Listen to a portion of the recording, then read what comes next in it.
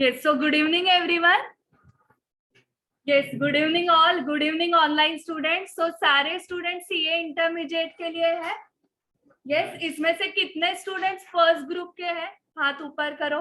Online students भी hand raise करो. First group वाले बहुत बड़ा हाथ ऊपर करो, मुझे समझ में आना चाहिए. Okay, around 50%. And second group वाले? सिर्फ सेकेंड ग्रुप है, सिर्फ सेकेंड ग्रुप. ओके ओके, 50 से लेस है. एंड बोथ ग्रुप्स वाले कितने हैं? क्या बात है, इनको थोड़ी ज्यादा इज्जत दो. ये बोथ ग्रुप का डेयरिंग कर रहे हैं. कितने लोग हैं डेयरिंग वाले, बताओ. Both groups. Okay, May 22 both groups हाथ ऊपर करो. May 22 both groups. क्या बात है. ओके, सो बहुत ही कीमती टाइम है आपका तो. यस. ओके, ऑनलाइन भी 6 स्टूडेंट्स है जो बोथ ग्रुप्स दे रहे हैं. ओके. यस, सो सबसे पहले बताओ कि कितने स्टूडेंट्स की मई में अटेम्प्ट है एंड कितने स्टूडेंट्स का मई में एग्जाम है सीए का. क्या डिफरेंस पता चला आपको? क्या है डिफरेंस? सेम तो है. 10th में भी अटेम्प्ट ही था, 12th में भी अटेम्प्ट ही था. First to 10th standard attempt ही देते आ रहे हैं क्या? कहाँ, कब ये वर्ड पता चला? सीपीटी फाउंडेशन में आके ना. अटेम्प्ट. आपका 10th का अटेम्प्ट था? क्यों? एग्जाम थी. 12th तक भी एग्जाम थी. 12th के बाद अचानक 6 मंथ्स में क्या हुआ? अटेम्प्ट. ओके, सो फर्स्ट तो माइंडसेट ये चेंज करो. आपका माइंडसेट, आपका एग्जाम जब रहेगा तो उसका मतलब क्या है? सेकेंड टाइम ऑप्शन है क्या आपको? May 22 के बाद ऑप्शन नहीं है. बोथ ग्रुप राजाराम November 22 के बाद ऑप्शन नहीं है. ओके, आपने कभी सोचा था कि 10th अगर हुआ तो हुआ, नहीं तो नेक्स्ट ईयर देते, ऐसा कभी मन में आया? ये सारी चीजें लाइफ में एक ही बार करनी है, ये आपके दिमाग में फिट था? करेक्ट, कि फर्स्ट स्टैंडर्ड एक ही बार देना है, सेकेंड एक ही बार, ऐसे करते करते 12th स्टैंडर्ड एक ही बार देना है. बट सीए कोर्स में आप कभी माइंडसेट बनाया है कैसा कि मैम फाउंडेशन एक ही बार देना है, इंटर एक ही बार देना है, फाइनल भी एक ही बार देना है? ऐसे कितने लोगों का माइंडसेट है? कितने लोगों ने सोचा है कि नहीं हम करके ही दिखाएंगे? राजाराम थिंक कर रहा है. तुम्हारा नाम? साक्षी. साक्षी अग्रवाल. यस. और ऑनलाइन 7 स्टूडेंट्स बोल रहे हैं ऐसे. एक बार सब पार. ग्रेट. सो पहले ये माइंडसेट चेंज करो. अभी तक जिनको अटेम्प्ट लगे हैं, फाउंडेशन में लगा है या इंटरमीडिएट में अगर अटेम्प्ट लगे हुए हैं, तो अभी इसके आगे तो हम सोच सकते हैं ना कि अभी जो आप May 22 में एग्जाम देने वाले हो वो लास्ट है इंटरमीडिएट का, जो भी आप एक ग्रुप सेकेंड ग्रुप देने वाले हो वो. एंड फाइनल में ये याद रखोगे. करेक्ट. अभी देखो, एक बार फेल्यूर आया, 2 बार 3 बार आया है, तो उससे कुछ सीखना चाहिए या और एक्सपीरियंस? मैम मजा आ रहा है फेल्यूर में, से हो रहा है क्या किसी को? तो उससे सीखना चाहिए ना आपको. ठीक है, 2 बार 3 बार फेल्यूर आ गया, लेकिन फाइनल में सभी स्टूडेंट्स मुझे फर्स्ट अटेम्प्ट क्लियर चाहिए. सो आज से ये अटेम्प्ट वर्ड ही भूल जाओ, इसको एग्जाम ऐसे सोचो, तो ही आपका फर्स्ट गो में होगा. जैसे आप 12th स्टैंडर्ड तक थे ना, वही सीरियसनेस सिंसियरिटी आपकी चाहिए मुझे. तो आराम से हो सकता है. आपने नहीं देखे फर्स्ट अटेम्प्ट चार्टर्ड अकाउंटेंट? देखे है ना? सो बन सकते हैं. करेक्ट. सो आज से कितने स्टूडेंट्स डिसाइड कर रहे हैं कि आपकी एग्जाम है और आपको क्लियर करना ही है? अगर आपका माइंडसेट रेडी है तो आगे सेल्फ स्टडी प्लानिंग हम उसका डिस्कशन करेंगे. एंड मुझे बताओ कितने स्टूडेंट्स का एम पासिंग है? मैम 200 आ गए ना, पूरे प्रेस्टीज पॉइंट में पेढ़े सबको, एक से लेके ऊपर तक सबको पेढ़े. कितने लोगों का ऐसे एटीट्यूड है कि पास होना है, पास होना है, पास होना है? 12th में था मैम 35% आ गए तो भी बहुत हुआ. तो 12th में क्या था एम? 10th में क्या एम था आपका? अबाउ 90 स्कोर चाहिए आपको. करेक्ट. क्यों इतना एम रखा? आपने 10th में एम रखा, हाई एम रखा, इसलिए आपने 10th में बहुत मेहनत की है, ये पता है आपको, करेक्ट। बहुत सारे हॉबीज के क्लासेस बंद हो गए, ओके, फंक्शन में नहीं गए आप, बहुत सारे सैक्रिफाइसेस किए, करेक्ट। सोशल मीडिया, टीवी, वो उसके ऊपर रेस्ट्रिक्शंस आ गए, करेक्ट। क्यों ये सब किया? 35% ही चाहिए थे आपको, तो एक मंथ में भी मिल जाते ना 35%। 10th स्टैंडर्ड अगर एक महीना हमने पढ़ाई की तो 35% आ सकते हैं, बट आपको 80-90 चाहिए थे, करेक्ट। बट यही 12th के बाद क्या हुआ है, सीए कोर्स में आप क्या एम रख रहे हो? पासिंग का। सो मुझे बताओ, अगर हमने 90% का एम रखा है तो एग्जैक्ट 90 कितने स्टूडेंट्स को आए हैं? कोई है कि मैम मैंने 90 का एम रखा था, एग्जैक्ट 90 आए? उससे ऊपर भी आ सकते हैं या नीचे भी आ सकते हैं, करेक्ट। 90 का एम रखा है, 93 आ गए, 87 आ गए, करेक्ट। एग्जैक्ट आएंगे क्या, बताओ? बहुत ही रेयर, बहुत ही रेयर। सो आप एग्जैक्ट 200 का एम रखोगे तो एग्जैक्ट 200 आएंगे क्या? 40 का एम रखोगे, ऑडिट, EISSM, 40 का एम रख के चलेगा क्या? सो आपको एम भी हाई रखना चाहिए। सो पहले माइंडसेट आपका चेंज करना है, मुझे 2 चीजें आपको चेंज करनी पड़ेगी। एक तो इसको एग्जाम समझो, ठीक है, ये अटेम्प्ट नहीं है आपका। आप अटेम्प्ट जब सोचते हो तो लगते भी है, जब आप उसको अटेम्प्ट देखते हो तो लगता है अटेम्प्ट। जो स्टूडेंट्स एग्जाम सोच रहे हैं उनको नहीं अटेम्प्ट लग ही नहीं सकता ना, क्योंकि एग्जाम एक ही बार देना है। एंड सेकेंड थिंग, आपका एम होना चाहिए अबाउ 60, 70, 80 मार्क्स। सो आप बोलोगे मैम ये सीए की एग्जाम है, 10, 12 थोड़ी है 80, 90 मिलेगा। नहीं मिलता ना सीए में, मिलता है क्या 80, 90 का स्कोर? आता है? किसको किसको लगता है कि 90 अबाउ आ सकते हैं मार्क्स सीए कोर्स में? 2 पार्टिसिपेंट्स ऑनलाइन वाले हाथ ऊपर कर रहे हैं। एग्जाम्शन आ सकता है, मतलब 60 अबाउ आ सकता है, ऐसे लग रहा है उनको। हाँ, हैंड रेज करके बताओ क्लासरूम वाले स्टूडेंट कि अबाउ 90 पर सब्जेक्ट, अबाउ 90 मार्क्स आ सकते हैं। हाथ ऊपर करके बताओ ना। फिर आपने देखे क्या किसी के मार्कशीट में अबाउ 80, 90? हाथ बड़ा ऊपर करो। सो इतने ही स्टूडेंट्स को लगता है अबाउ 90 आ सकते हैं। चलो अबाउ 60 आ सकते हैं क्या? तो अबाउ 60 तो एम रख सकते हैं हम, करेक्ट।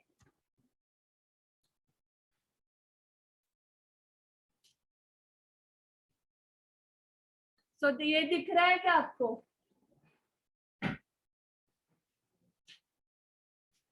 ऑनलाइन स्टूडेंट्स को तो बहुत अच्छा दिख रहा होगा, यहाँ पे थोड़ा ब्लर। अकाउंट्स एंड टैक्सेशन में आराम से। सो ये 690 स्कोर है। किसकी मार्कशीट है ये? AR1 of December 21 exam, okay. उसको 87 है अकाउंट्स में, लॉ में 78, सबसे कम इज 78। हाँ, कॉस्टिंग में देखो 94 है उसको। सीए इंटरमीडिएट का कॉस्टिंग का पेपर है ये, 12th का अकाउंट्स का पेपर नहीं है। एंड ये फोटोशॉप भी बिल्कुल नहीं है, ये ओरिजिनल मार्कशीट है। टैक्सेशन में 82, एडवांस अकाउंट 90, ऑडिट 86, ऑडिट में 86 आ सकते हैं। EISSM 87 एंड FME को 86। तो इसके लोएस्ट मार्क्स जो है वो हमारा एम भी है क्या? 78। और एक मार्कशीट देखो, नवंबर 20, क्या है score? 701। Advance accounts 93, normal accounts, group 1 accounts 90 है, cost and management accounting 93। Again EISSM 86, audit 84, FME को 88, कॉर्पोरेट एंड अदर लॉ 79। सो इसका भी लोएस्ट 79 है, कॉर्पोरेट एंड अदर लॉ। सो ये बच्चे आपके भारत में ही है ना, इधर के ही स्टूडेंट्स है, आपके एज के इतने ही है। सो ये ला सकते हैं तो हम भी ला सकते हैं, क्यों नहीं? करेक्ट। हमने एम रखा था क्या? ये जो है अभी कौन है, ये श्रेया। सो श्रेया ने पासिंग का एम रखा होगा, तो ये आता ही नहीं। करेक्ट। सो इनके एम हाई है, ये कंफर्म आपको समझ में आ रहा है कि इनके एम कुछ तो 80 90 ऑल इंडिया रैंक में आना। किसी का तो एम 1 डिजिट रैंक चाहिए मैम, ऐसे एम भी रखते हैं, फर्स्ट 5 में रैंक चाहिए मैम, ऐसे उनके एम रहते हैं। और हम यहाँ पे 200 मैम कैसे आएंगे इसका सोच रहे हैं। तो इतना लो एम मत रखो, ठीक है। और भी है बहुत। This is November 19। So taxation में 94 है, कॉस्टिंग में 94 है, accounting 91, corporate other law 82, advance accounts 89, audit 79, EISSM 79। सो 696 700 अगर आपका हो रहा है ना तो आप AR1 आ जाओगे। एंड ये तो सबका वाप है, AR1 का AR1 है ये। 735 टोटल है, उसको कॉस्टिंग में 99 है। ये कब का है? मई 19। एडवांस अकाउंट्स में भी उसको 97 है। 93 ऑडिट में 93 है थेरी सब्जेक्ट में। तो आज आपको मुझे प्रूव करना था कि इंटरमीडिएट लेवल पे भी अबाउ 80-90 स्कोर आ सकता है। हमें लगता है कि ये स्कोर ना 12th के बाद आता ही नहीं है लाइफ में कभी। 12th तक ठीक था ये, उसके बाद 50 और 60 पे सेटिस्फैक्शन लो। तो ऐसे है क्या?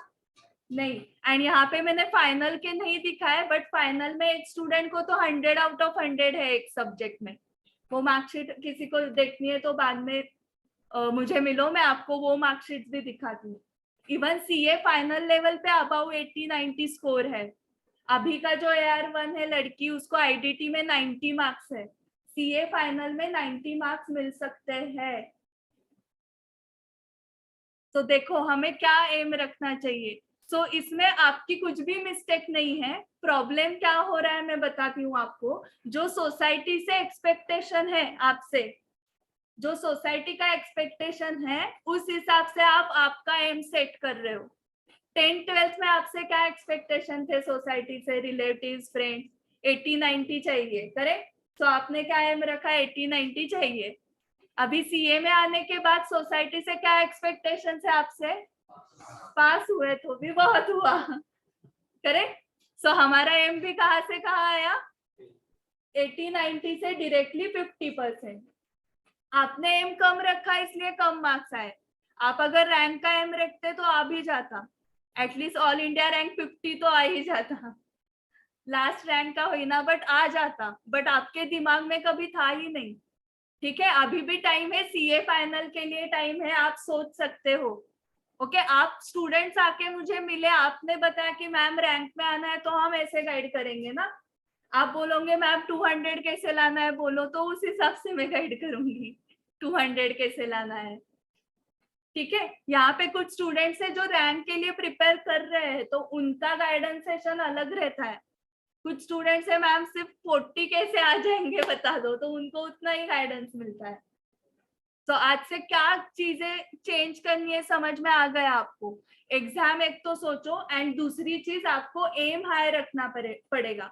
10th-12th में आपने 35 का एम रखा था, तो आपको 35 ही आते उस रेंज में। आपने 80-90 का एम रखा इसलिए आए थे। यहाँ पर भी आप सोचो ना, रखो एम, करेक्ट। आपने 80 का एम रखा एंड आपको 70 आ गए, कुछ नुकसान है क्या बताओ मुझे? बट 200 का एम रखा एंड 180 आए तो नुकसान है, कंफर्म। एंड ये अगर कर सकते हैं तो हम उतना तो एटलीस्ट सोचते हैं ना। इनका जो लोएस्ट है 78, एटलीस्ट उतना तो सोच सकते हैं। तो ये लोग क्या करते हैं आपको समझना है क्या, ये कैसे जाते हैं 80-90 पे? यस, तो वही आज हम डिस्कस करने वाले हैं।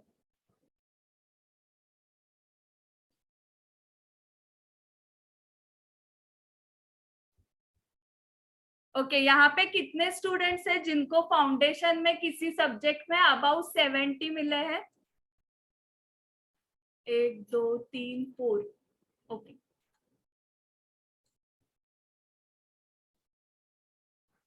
ये सो हमारी इंस्टीट्यूट की जो टेस्ट सीरीज है वो स्टार्ट हो रही है 22 मार्च से। पहले वो 1 मार्च से ही थी इंटरमीडिएट की, बट आपका रिजल्ट ही नहीं आया ना तब तक, रिजल्ट लेट आया, तो टेस्ट सीरीज पोस्टपोन की है from 22 March. So first test 50% syllabus पे रहेगी, सेकेंड टेस्ट फुल सिलेबस की है from 5 April, and third test series जो है वो भी फुल सिलेबस की है, वो स्टार्ट हो रही है 24 अप्रैल से। ठीक है, सो यहाँ पे आपको 3 टेस्ट लिखना थोड़ा डिफिकल्ट है बोथ ग्रुप्स वालों के लिए, मुझे भी पता है। जो एक ही ग्रुप दे रहे हैं वो 3 टेस्ट के लिए जा सकते हैं। सो आपको जो प्रिपरेशन करना है स्टडीज का वो टेस्ट के हिसाब से ही करो, क्योंकि इसमें क्या होता है आपको टारगेट्स मिलते हैं। फॉर एग्जाम्पल आपके सामने ये टारगेट्स ही नहीं है, डायरेक्टली 14-15 में से आपकी मेन एग्जाम, तो आपको पता है क्या कब फर्स्ट रिवीजन खत्म करना है, कब सेकंड खत्म करना है, कब थर्ड खत्म करना है, नहीं। बट ये पोर्शन वाइज की वजह से आपको टारगेट्स मिलने वाले हैं। अभी जो लोग फर्स्ट ग्रुप देने वाले हैं उनका क्या टारगेट रहेगा कि 22 मार्च तक हमें क्या कंप्लीट करना है, 50% सिलेबस ऑफ ग्रुप 1। ठीक है, जिनका सेकेंड ग्रुप है उनके लिए 28 मार्च तक का टाइमिंग है फॉर प्रिपेयरिंग 50% सिलेबस। वो आपको अच्छे से करके आना है, 2-3 बार रिवीजन करनी है। तो उसका डे वाइज प्लान कैसे लगाएंगे वो हम अभी देखेंगे। देन सेकेंड है 5 अप्रैल से। सो अगर आपको ये स्किप करना है तो आप डायरेक्टली 24 अप्रैल की भी दे सकते हो, मतलब 22 मार्च तक फर्स्ट 50% सिलेबस एंड 24 अप्रैल को नेक्स्ट 50% सिलेबस एंड फिर से फर्स्ट 50 की रिवीजन। ऐसे करके आप फर्स्ट एंड थर्ड टेस्ट दे सकते हो। जिनको अभी से टेस्ट नहीं देना है उनके लिए और एक ऑप्शन है कि आप फुल सिलेबस के 2 टेस्ट लिखो, एक 5 अप्रैल की लिखो अगर 5 अप्रैल तक आपका 100% हो रहा है, एंड देन 24 अप्रैल की लिखो। ओके, मैं आपको पर्सनली बताऊंगी कि टेस्ट 1 या टेस्ट 2 में से एक टेस्ट तो लिखना ही कंफर्म, क्योंकि आपको चेकर्स का गाइडेंस जल्दी मिल जाएगा। बाकी आप डिसाइड करो कौन से टेस्ट लिखने हैं, वो स्टूडेंट टू स्टूडेंट वेरी होगा, बट टेस्ट 1 या टेस्ट 2 उसमें से एक टेस्ट लिखो ही, क्योंकि आपको जल्दी से जल्दी चेक करके मिलेंगे पेपर्स एंड चेकर्स का गाइडेंस भी मिलता है। इसमें किसी को कुछ डाउट है? ये टेस्ट सीरीज क्लासरूम में भी होगी, ऑनलाइन भी आप कर सकते हो, और कुछ डाउट है टेस्ट सीरीज रिलेटेड हम एंड में सॉल्व करते हैं। अभी हम स्टार्ट करते हैं डे वाइज प्लान कैसे लगाना है।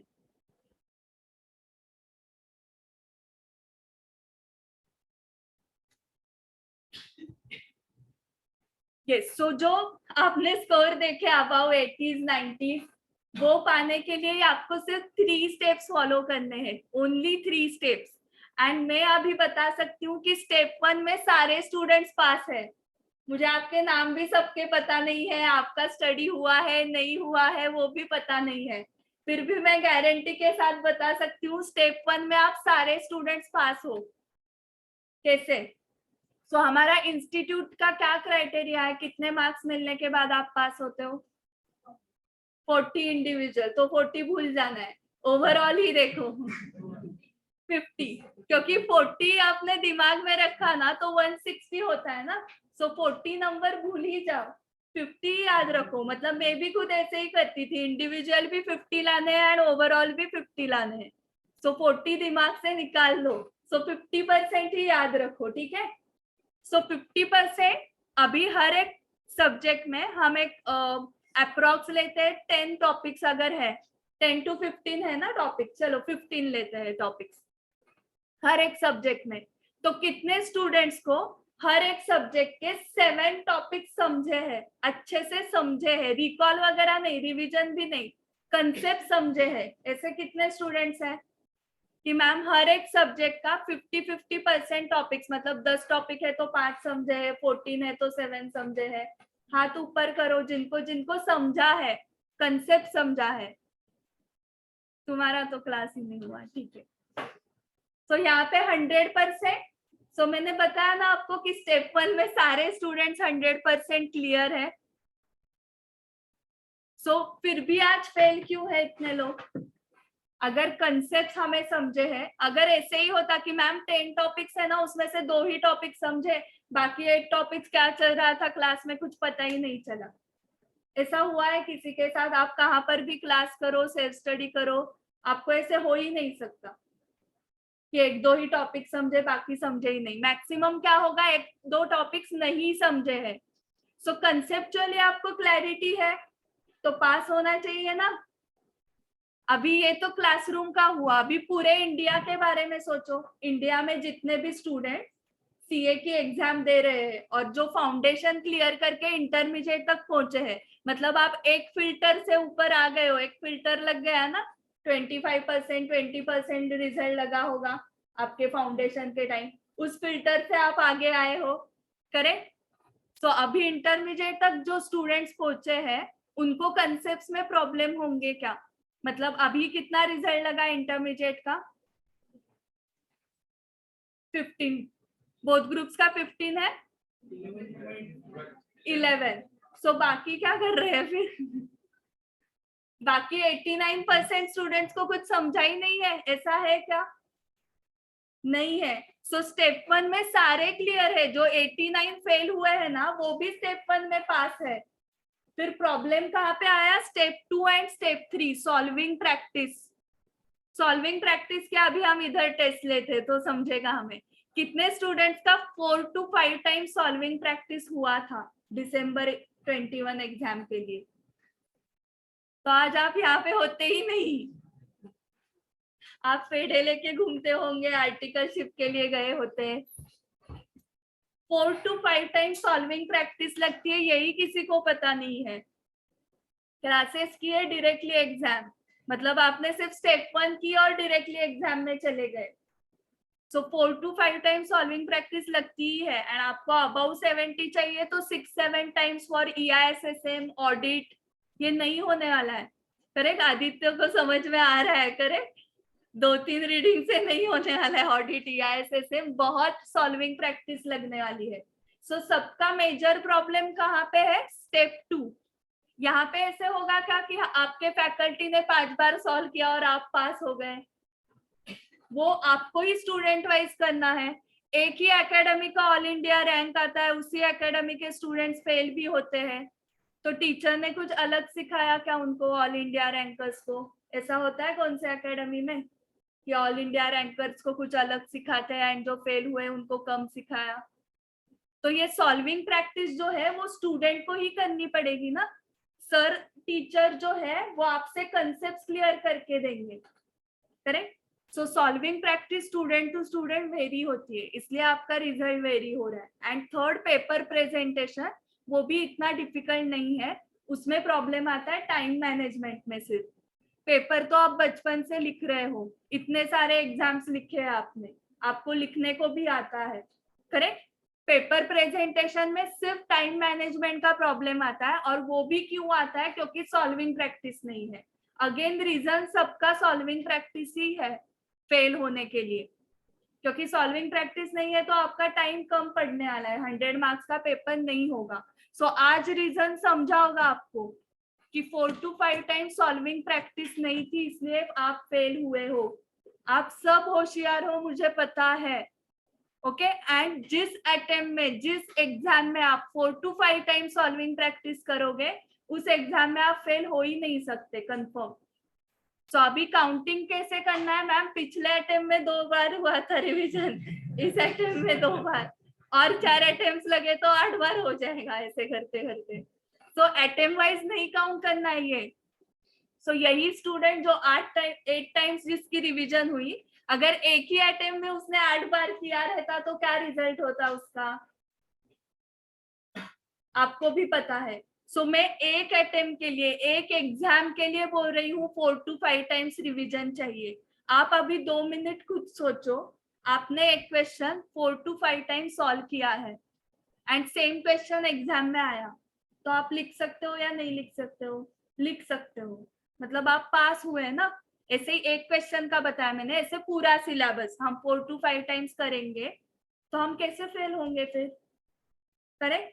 अभी कितने स्टूडेंट्स का एक बार ही रिवीजन हुआ था दिसंबर के लिए? एक ही बार, ओके। 2 टाइम्स रिवीजन वाले कितने हैं? हाँ, सो मेन क्राउड यहाँ पे ही आता है, 2 टाइम्स रिवीजन। 3 टाइम्स रिवीजन, सो 2 टाइम्स रिवीजन में मैक्सिमम आते हैं 1 और 2 टाइम्स, और वो सफिशिएंट नहीं है, वो समझा है आपको।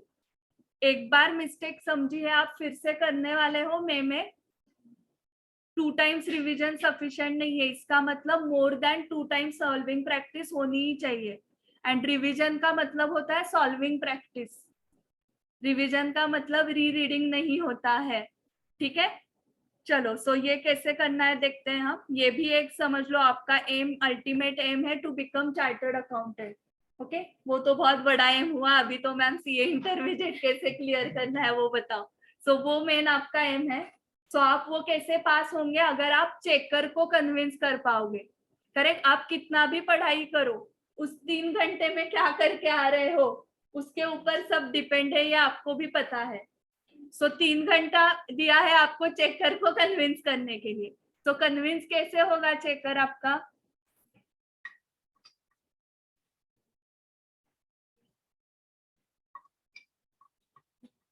आपका पेपर प्रेजेंटेशन कैसा है? ओके, चेकर को पता है कि आप कौन से सिटी से हो, लड़का हो लड़की हो, कितने अटेम्प्ट्स लगे हैं, कुछ भी नहीं।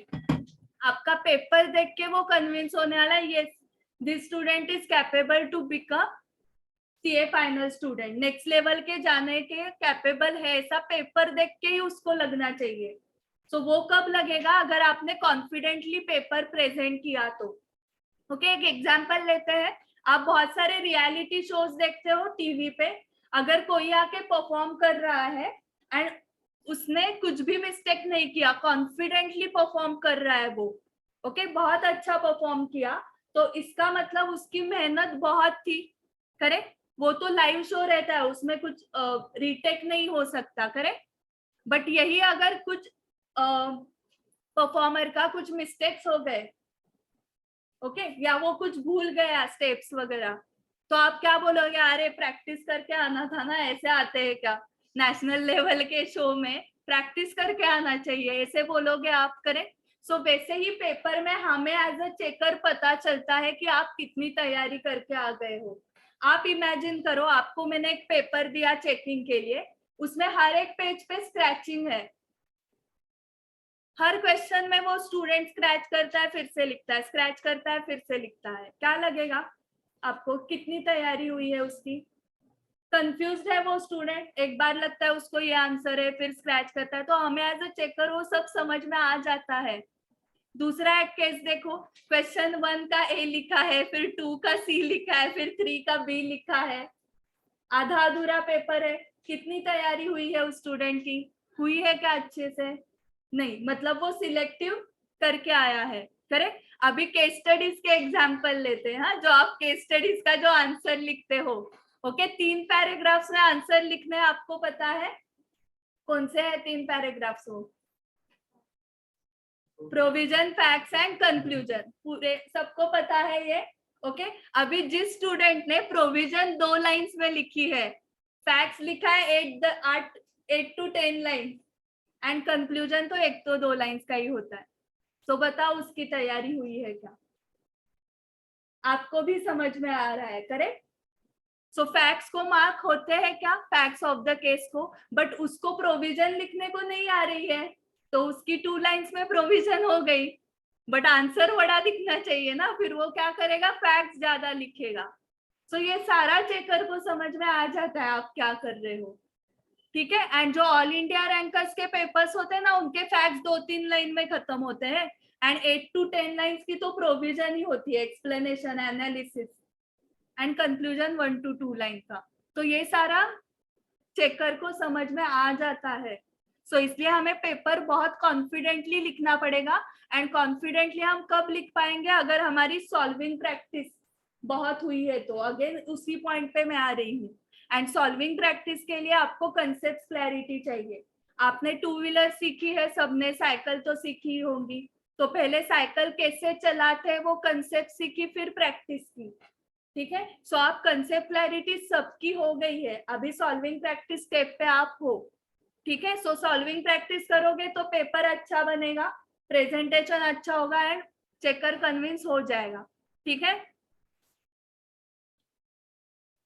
चलो सो सेल्फ स्टडी का प्लानिंग स्टार्ट करते हैं।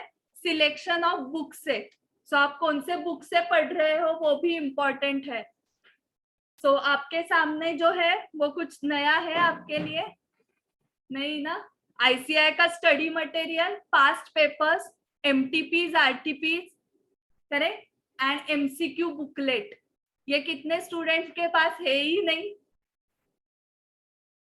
है सब ये आपके पास, करेक्ट। सो मुझे बताओ ये मैंने क्यों बताया एडिशनल क्वेश्चन बैंक, वो आपको रेफरेंस के लिए बाद में लेना है। आप रेफरेंस बुक को ही मेन बुक कर रहे हो। Reference book is for reference, main book तो आपके इंस्टीट्यूट ने जो दिया है वही करना है। मुझे बताओ आपको ये पता है क्या कि 70% पेपर यहाँ से ही आता है? कितने स्टूडेंट्स को ये पता है कि past RTPs, module, past papers, MTPs, इधर से ही 70% पेपर आता है? यही पता नहीं है मैं बहुत सारे स्टूडेंट्स को, पता है ना? तो मुझे बताओ ये दिया हुआ है या एक दिन पहले आता है अचानक, ये आरटीपीज है, ये एमटीपीज है, या अचानक आता है या पहले से पड़ा हुआ है वेबसाइट पे? पहले से है, करेक्ट। सो मुझे बताओ as a CA intermediate student, institute आपसे उतना तो एक्सपेक्ट कर सकती है ना कि बीओएस नॉलेज पोर्टल का सेम क्वेश्चन एग्जाम में आया तो आपको सॉल्व करने को आना चाहिए। मतलब आरटीपी मे 19 का क्वेश्चन 7 सेम आ रहा है मेन एग्जाम में, एंड फिर भी हमें सॉल्व करने को नहीं आ रहा है, तो चलेगा क्या? आप ही बताओ। वहां पे मिस्टर ए था, एग्जाम में मिस्टर बी हो गया, वहां पे 50,000 अमाउंट थी, वो 5 लाख हो गई, इतना ही चेंजेस क्या है, बाकी सब कंसेप्ट एडजस्टमेंट सेम। सो आपको अभी एग्जाम को जाते वक्त क्या दिमाग में रखना है कि मैम बीओएस नॉलेज पोर्टल का कौन सा भी क्वेश्चन आया, RTP, MTP, past papers, module, illustrations, exercise questions, तो वो मैं सॉल्व कर सकता हूँ। सो ये कॉन्फिडेंस आने के लिए अगेन 4-5 बार सॉल्विंग प्रैक्टिस लगती है, ठीक है। बाकी 30 to 35% पेपर जो इंस्टीट्यूट का पेपर सेटर है उसका सेल्फ क्रिएटेड क्वेश्चन हो सकता है, या रेफरेंस बुक यूज करके क्वेश्चन क्रिएट हो सकता है, तो उसका तो हम कुछ नहीं कर सकते, वो आपको एग्जाम में जो जितना आंसर आएगा उतना, ठीक है। बट जो सोर्स हमें कंफर्म पता है कि इस सोर्स से तो क्वेश्चन डालते ही है इंस्टीट्यूट, तो वो सोर्स के आंसर्स तो भी रॉन्ग जा रहे हैं स्टूडेंट्स के, फिर क्या करेंगे? होता है ऐसा, करेक्ट। कितने स्टूडेंट्स को ये लगता है कि ये मैम पास्ट आरटीपी का था फिर भी रॉन्ग गया? तो क्या होता है, आपकी रिवीजन जो है वो 2 बार ही हुई है ना, तो आपको एग्जाम में क्या हुआ, सिर्फ क्लिक हुआ कि मैम ये आरटीपी का ही क्वेश्चन आया था, मैम ये मॉड्यूल का ही था, ये पास्ट पेपर का ही था। आपने किया नहीं, ऐसे नहीं किया था आपने, बट 2 बार ही किया था ना, इसलिए आपको वो क्वेश्चन सिर्फ क्लिक हुए, बट अंदर का आंसर क्लिक नहीं हुआ, करेक्ट। सो वो अंदर का आंसर क्लिक होने के लिए बोल रही हूँ मैं, 4 to 5 टाइम्स सॉल्विंग प्रैक्टिस करो, फिर अंदर का आंसर भी क्लिक होगा। सिर्फ क्वेश्चन आइडेंटिफाई करके क्या फायदा है? आके बताते हैं स्टूडेंट्स मैम ये मे 20 आरटीपी से था, फिर आया क्या सॉल्व करने को? नहीं ना, वो एक लास्ट स्टेप गलत गई, फिर क्या फायदा ना सिर्फ आइडेंटिफाई करके कि मे 20 आरटीपी से था। ओके, सो ये समझ में आ रहा है, ये मेन है। ये 4 to 5 टाइम्स करके जाओगे तो फेल होंगे क्या? एंड एमसीक्यू बुकलेट, एमसीक्यू कहाँ कहाँ पे आपको पता है, law, tax and audit, EISSM. So MCQ booklet आता है बीओएस नॉलेज पोर्टल पे, ये कितने स्टूडेंट्स को पता है? ग्रेट, एटलीस्ट पता तो है, आता है ऐसे कुछ। तो एमसीक्यू बुकलेट की सॉल्विंग प्रैक्टिस कितने स्टूडेंट्स ने की थी? है, पता है मैम, बट प्रैक्टिस वो भी 4 to 5 टाइम्स करना चाहिए आपको एमसीक्यू बुकलेट। क्यों? क्योंकि निगेटिव मार्किंग है क्या, बताओ मुझे? नहीं है। वहां पर ही आपको आउट ऑफ 30 25 28 आ गए तो आपका स्कोर क्या हो जाएगा ओवरऑल? और इमेजिन करो वहां पे स्कोर आपका 10 है, 10 to 12 मार्क्स आ गए आपको आउट ऑफ 30, तो आपको स्कोर करने के लिए इजी है क्या? नहीं। सो आपको क्या टारगेट रखना है एमसीक्यू क्वेश्चंस के लिए? मिनिमम 25 मार्क्स आने ही चाहिए, मिनिमम 25। इनके क्या आए होंगे, ये जो 90 वाले लोग हैं, ऑल इंडिया रैंक 1, इनको कितना होगा? फुल 30 आउट ऑफ 30 एमसीक्यूज में ही है उनको। उसमें कुछ आपको कीवर्ड्स रिकॉल करना है क्या, प्रेजेंटेशन, अंडरलाइन करो, कुछ भी नहीं है ना। कंसेप्ट आ रहे हैं तो करेक्ट ही आएगा आपका, करेक्ट। सो एमसीक्यू की प्रैक्टिस करो। ओके बहुत सारे स्टूडेंट्स टेस्ट सीरीज को भी एमसीक्यू की प्रैक्टिस करके नहीं आते हैं, वो एग्जैक्टली गलत कर रहे हैं। मेरे टाइम एमसीक्यू रहता तो मैं तो उतना ही करके जाती, तो वहां पे ही 25 आ जाते और इधर उधर से 15-30 आ जाते, सो आराम से अबाउ 60 जाता। सो जो स्टूडेंट्स मिस्टेक कर रहे हैं वो मैं बता रही हूँ।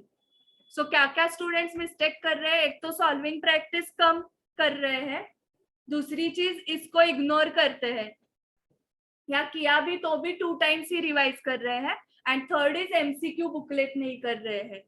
ठीक है, ये मिस्टेक स्टूडेंट्स कर रहे हैं। एंड अभी आपको सिलेक्ट करना है, बुक सिलेक्ट करने के बाद सब्जेक्ट सिलेक्ट करो। तो ये स्टूडेंट टू स्टूडेंट वेरी होने वाला है। आप 4 सब्जेक्ट का कॉम्बिनेशन ले सकते हो, 2 सब्जेक्ट का कॉम्बिनेशन ले सकते हो, बट एक ही सब्जेक्ट फुल डे किया ऐसे मत करो। Okay, and my advice will be, जो थेरी सब्जेक्ट है, अगर आपका ग्रुप 1 है तो लॉ एंड टैक्सेशन वो डेली करना ही पड़ेगा आपको, डेली। एंड ग्रुप 2 में ऑडिट एंड ईआईएसएसएम डेली करना ही पड़ेगा। ठीक है, बाकी आप कॉम्बिनेशन खुद डिसाइड कर सकते हो कैसे करना है। यस, सो ये सॉल्विंग प्रैक्टिस की टाइमलाइन है। 2 टाइम्स रिवीजन एक्सपेक्टेड है आपसे ऑफ टेस्ट 1। तो आपको लगेगा मैम आज 5 मार्च है, 22 मार्च को टेस्ट है, तो कैसे होगा ये। ओके, सो उसका भी हम प्लान देखने वाले हैं, बट 2 टाइम्स रिवीजन करके आ जाओ। फिर नेक्स्ट टेस्ट के लिए again 2 times revision, and test के बाद आपकी मेन एग्जाम के पहले भी 15 डेज है आपके हाथ में, तब एक रिवीजन हो जाएगी। तो इतना करने के बाद फेल नहीं हो सकता है कोई, क्योंकि आप बीच बीच में टेस्ट भी लिखने वाले हो। ओके, सो ये डे वाइज प्लान कैसे लगाना है, देखो अराउंड 17 डेज बचे हैं, करेक्ट। आपको फाइंड आउट करने हैं number of topics. So syllabus पता है सबको, टेस्ट 1 में कौन कौन से टॉपिक्स है। सो उस टॉपिक में से आपको जो डिफिकल्ट टॉपिक्स लग रहे हैं वो पहले उठाओ, and 17 days divided by number of topics करो। सो आपको मिल जाएगा डेली टारगेट। ठीक है, सो डेली टारगेट होना चाहिए या नहीं होना चाहिए, क्या लगता है आपको। डेली टारगेट होना ही चाहिए, नहीं तो कैसे होगा। आप मॉर्निंग में उठे, आज क्या मूड हो रहा है अकाउंट्स, चलो 1 घंटा अकाउंट्स किया, फिर ठीक है अभी अकाउंट्स बोर हो रहा है, लॉ करते हैं, ऐसे नहीं चलेगा।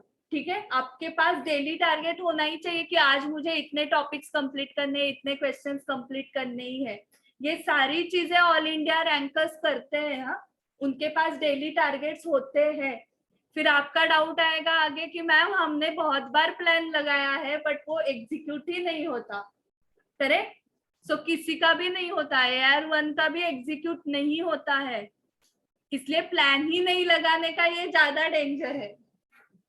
आपने प्लान लगाया और उसका 50% भी एग्जीक्यूट हुआ तो भी ठीक है, क्योंकि डेली टारगेट की वजह से क्या होगा, आपके स्टडी को स्पीड आएगा ना, आज इतना कंप्लीट करना है।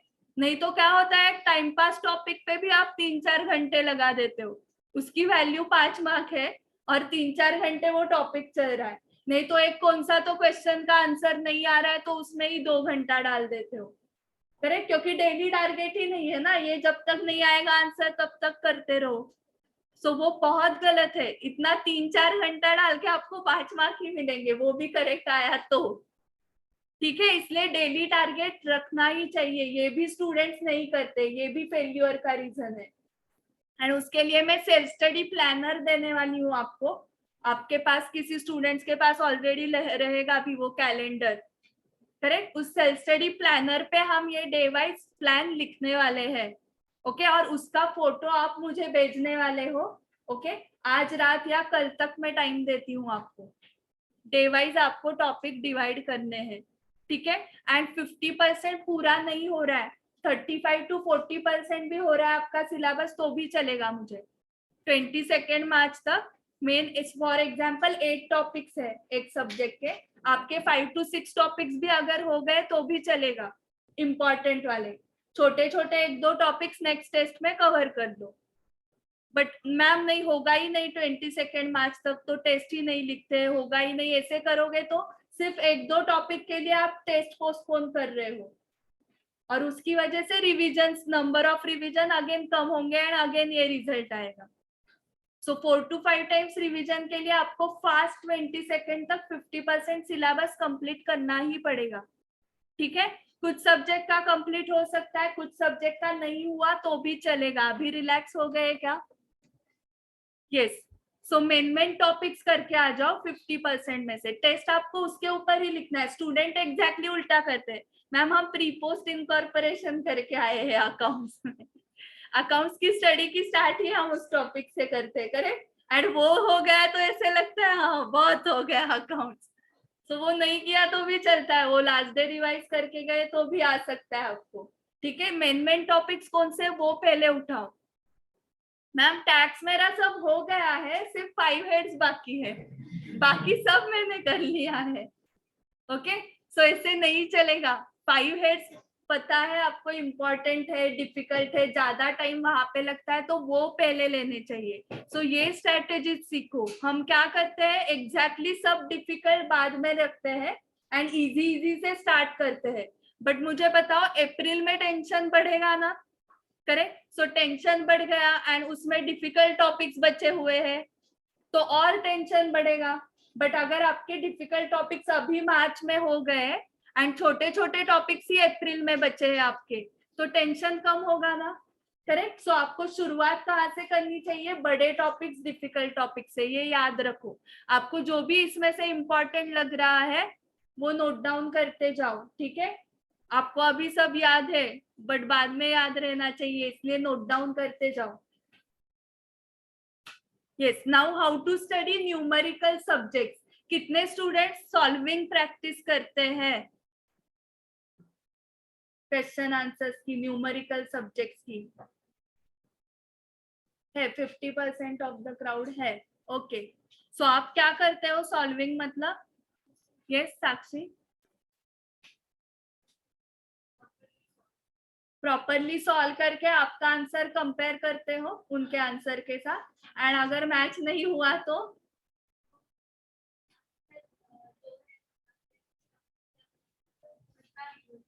हाँ, बट वहां पे कुछ मार्क करके रखते हो आप, इम्पोर्टेंट, हाईलाइट, यहाँ पे मिस्टेक हुई ऐसे। हाँ हाँ, correct correct, very good, correct strategy है ये। यस, सो सॉल्विंग प्रैक्टिस आपको करने से पहले आपको उस टॉपिक के कंसेप्ट्स पता होने चाहिए, करेक्ट? उसके लिए आपके पास समरी होनी चाहिए। समरी कौन से भी फॉर्मेट में हो सकती है, आपके चार्ट्स हो सकते हैं आपके पास, या कुछ आपने हाईलाइट करके रखा है मेन बुक में ही, ठीक है, या कुछ रिवीजन नोट्स अलग से है, बट कुछ तो समरी होनी चाहिए। सो सभी स्टूडेंट सोचोगे कि आपके पास है क्या समरी ऐसी हर एक टॉपिक की। न्यूमेरिकल का चल रहा है, हाँ, न्यूमेरिकल मतलब जिसको आप प्रैक्टिकल सब्जेक्ट बोलते हो, अकाउंट्स, कॉस्टिंग, एफएम, ऐसे वाले। ओके, ऑडिट नहीं है क्या प्रैक्टिकल? तो एक्चुअली उसको प्रैक्टिकल सब्जेक्ट नहीं बोलना चाहिए, न्यूमेरिकल सब्जेक्ट्स है वो। ठीक है, न्यूमरी सॉल्व करना है। सो सबके पास है कंफर्म समरी? जिसके पास नहीं है उठाओ, किसी फ्रेंड से ले लो समरी, अभी खुद मत बनाओ, उतना टाइम नहीं है, मई में एग्जाम है आपकी। सो कौन से भी फॉर्मेट में समरी होनी चाहिए। कॉस्टिंग जो भी स्टूडेंट्स लिखने वाले हैं मई में, आपके पास फॉर्मूला बैंक अलग से है क्या, चेक करो ये। एफएम इको वाले, एफएम की फॉर्मूला बैंक अलग से है क्या आपके पास? नहीं मैम, वो तो हम टॉपिक करते करते बीच में आ जाते हैं ना फॉर्मूले, तभी हम कर लेते हैं। तो ऐसे करना बुक से, एंड अलग आपके पास फॉर्मूला बैंक है तो आप एग्जाम सेंटर पे भी 10 मिनट में सारे फॉर्मूले रिवाइज कर सकते हो, अगर आपके पास अलग से है तो। अलग से नहीं है तो ऐसे करते बैठना पड़ेगा। ये एग्जाम सेंटर पे पॉसिबल है क्या? है एग्जाम सेंटर पे पॉसिबल? सारे बुक से ऐसे हर एक टॉपिक के फॉर्मूले फाइंड आउट करो? नहीं। सो अगर किसी के पास फॉर्मूला बैंक नहीं है तो बनाओ या किसी से ले लो। ठीक है, सो समरी होनी चाहिए, फॉर्मूला बैंक होना चाहिए and solving practice. So solving practice में आपको डाउट रहेगा कि मैम हर एक टॉपिक के 30 क्वेश्चन है हमारे पास, तो हम कैसे सॉल्व करेंगे 30 क्वेश्चंस करें? सो 30 क्वेश्चन सॉल्व करना पॉसिबल नहीं है, मुझे भी पता है। तो आप क्या स्ट्रेटेजी यूज कर सकते हो उसके लिए? ABC analysis. करेक्ट।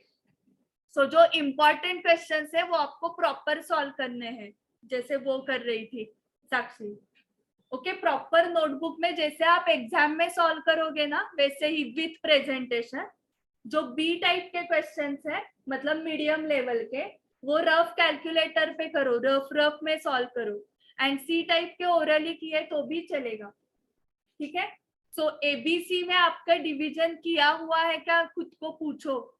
हर एक क्वेश्चन बैंक तो सबके पास है, करेक्ट, बट वो ए बी एंड सी में डिवाइडेड है क्या, वो चेक करो। सो आपके चेक पॉइंट्स में बता रही हूँ, समरी है क्या आपके पास? सेकेंड इज एबीसी में आपके डिवाइडेड है क्या क्वेश्चन? आप अगर 30 क्वेश्चन फर्स्ट टाइम करोगे तो सेकेंड टाइम भी 30 करने वाले हो? नहीं, सेकेंड टाइम आप कौन से करोगे? ए एंड बी वाले। थर्ड टाइम सिर्फ ए करोगे, करेक्ट? सो वो मार्किंग करना है आपको। एंड सी मतलब ऐसे रात को उठा के भी पूछा ये क्वेश्चन तो भी आपको सॉल्व करने को आना चाहिए। कैश सेल्स की जर्नल एंट्री बताओ मुझे। Cash sales, cash to sales, मतलब ये कभी भी पूछा तो भी आता है ना, कहां पर भी कभी भी, करेक्ट? सो इस टाइप के क्वेश्चन सी वाले होने चाहिए, ठीक है? बाकी के बी कैटेगरी बहुत आएगी उसमें। सो बी कैटेगरी मैं बोल रही हूँ 4 to 5 टाइम्स होनी चाहिए। एंड ए भी, ए मतलब लास्ट डे रिवीजन को वो करना ही है। सो ये करना है आपको एबीसी एनालिसिस।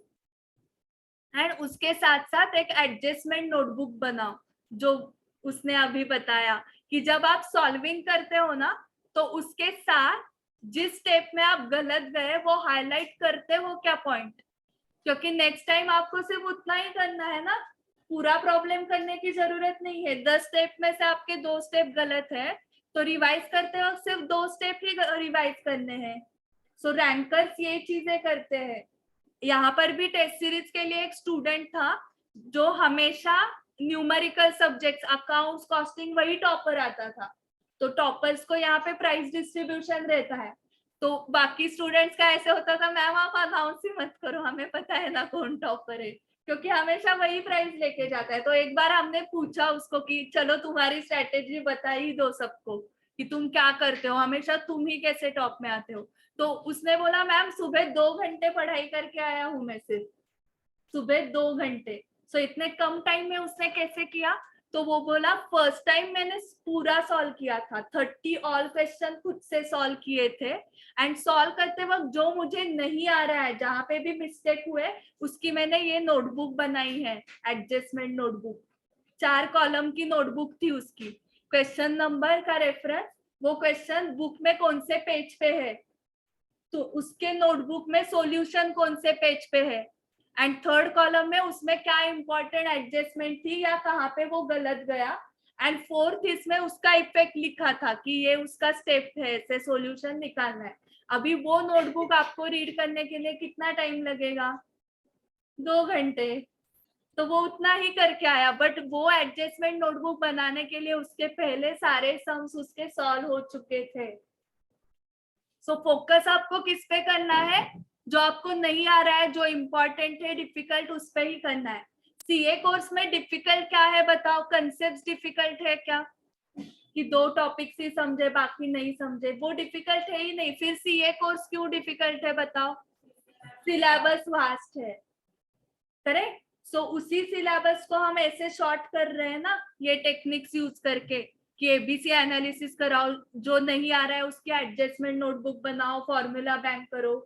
तो ये सब शॉर्ट में किया तो ये 4-5 टाइम्स आराम से हो सकता है आपका, करेक्ट? फिर आएगा ही ना रिजल्ट, क्यों नहीं आएगा? समझ में आ रहा है आपको ये सब? फिर यहाँ तक तो आपने, बहुत सारे स्टूडेंट्स ने ये किया भी होगा जो मैंने स्ट्रेटेजीज अभी तक बताए। अभी इसके ऊपर का कौन कर रहा है देखते हैं, टाइम मैनेजमेंट। सो कितने स्टूडेंट्स टाइमर लगा के सॉल्विंग प्रैक्टिस कर रहे हैं घर पे? नहीं करते हैं स्टूडेंट्स, पता है ये मुझे भी। सो टाइमर लगा के सॉल्विंग प्रैक्टिस कैसी करनी है देखो, ये आपने किया ना तो मतलब बहुत ही मार्क्स आ जाएंगे। क्या करना है आपको? आपके 3 आवर्स का एग्जाम है, मतलब 180 मिनट्स है आपके पास, उसमें से 10 मिनट्स आपके जाते हैं वो बारकोड लगाओ, एडमिट कार्ड दिखाओ, अटेंडेंस शीट पे साइन करो, ये सब करने में। सो इफेक्टिवली आपको पेपर लिखने के लिए कितना टाइम मिलता है? 170 minutes divided by 100 marks, 1.7 minute पर मार्क है आपके पास, करेक्ट? अगर 10 मार्क का क्वेश्चन है तो कितने मिनट्स में होना चाहिए? 17। 20 मार्क्स का है तो 34 मिनट्स। तो आपका एक क्वेश्चन 20 मार्क्स का आता है, ये आपको पता है। तो एग्जाम में आपने हर 34 मिनट्स के बाद चेक करना चाहिए ना कि एक क्वेश्चन कंप्लीट हुआ है क्या, करेक्ट? आप डायरेक्टली 4:30 को देखोगे क्या अभी आधा घंटा और 4 क्वेश्चंस बाकी है, फिर कैसे टाइम मैनेज होगा? ये आपको स्टार्टिंग से ही करना पड़ेगा ना। After every 34 minutes you should check कि 20 ये एक क्वेश्चन कंप्लीट हुआ है क्या।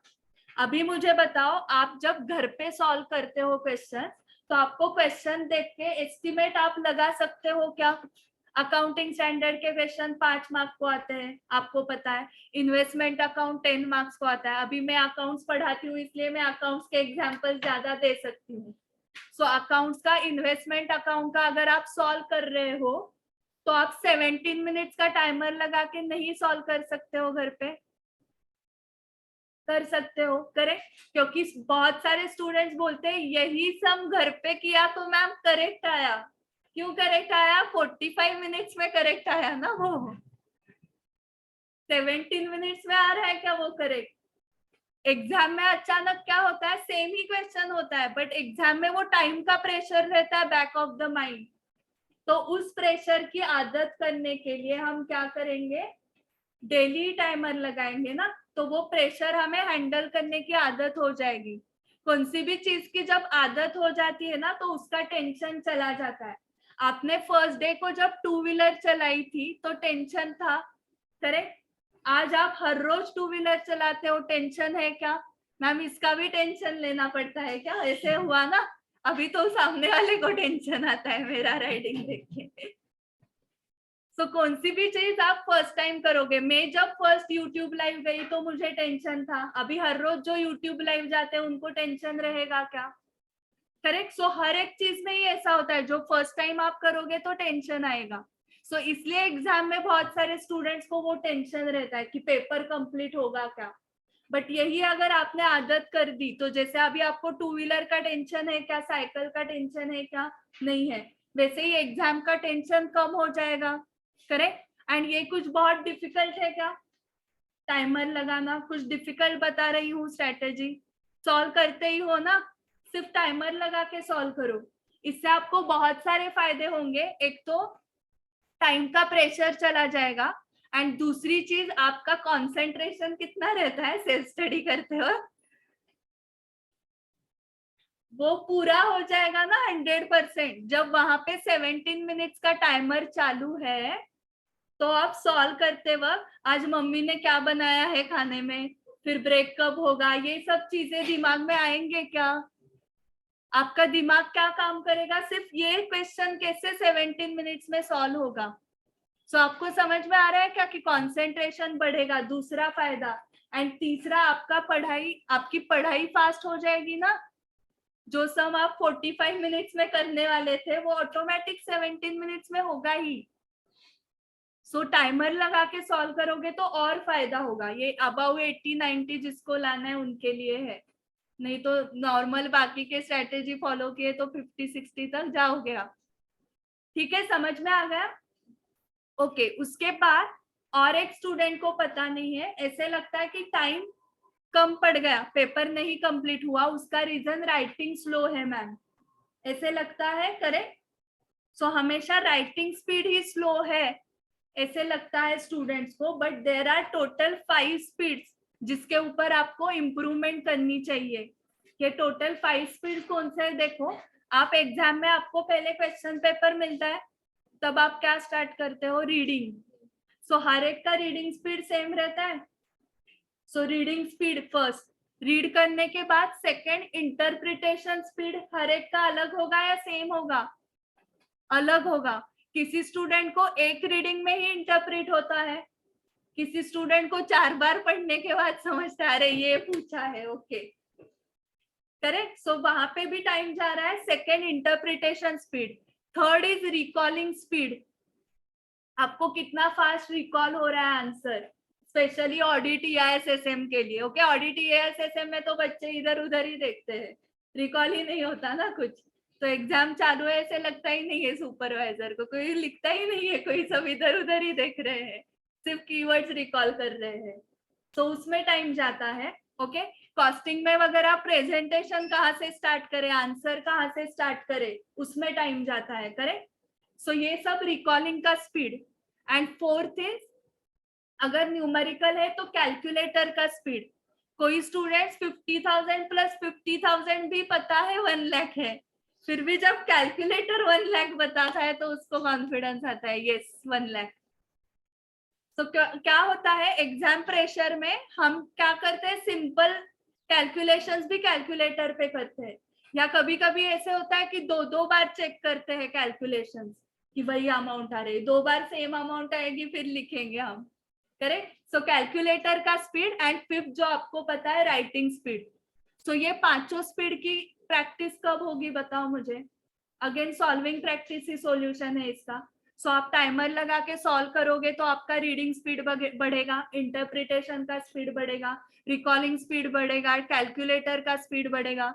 सो अभी बताओ मुझे कि ये जो लगता है स्टूडेंट्स को कि राइटिंग स्लो है, इसकी वजह से पेपर कंप्लीट नहीं हुआ, ये कितना करेक्ट है? ज्यादा टाइम किस में जाता है? रिकॉलिंग में, इंटरप्रिटेशन करने में, करेक्ट। कैलकुलेटर एंड राइटिंग में ज्यादा नहीं जाता होगा, करेक्ट। रीडिंग में भी जाता, रीडिंग और राइटिंग आप बचपन से करते हो, तो उसमें ज्यादा टाइम नहीं जाएगा, मेन टाइम जाएगा आपका इंटरप्रिटेशन एंड रिकॉलिंग में, ठीक है। तो वो टाइम कम करने के लिए क्या करना पड़ेगा आपको, solving practice.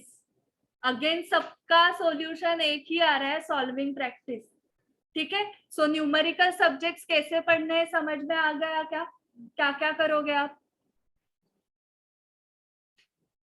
Adjustment notebook, summary notes, formula bank, ABC analysis, timer लगा के सॉल्विंग प्रैक्टिस, ये 5 चीजें करोगे, करेक्ट। और ये कितनी बार करना है?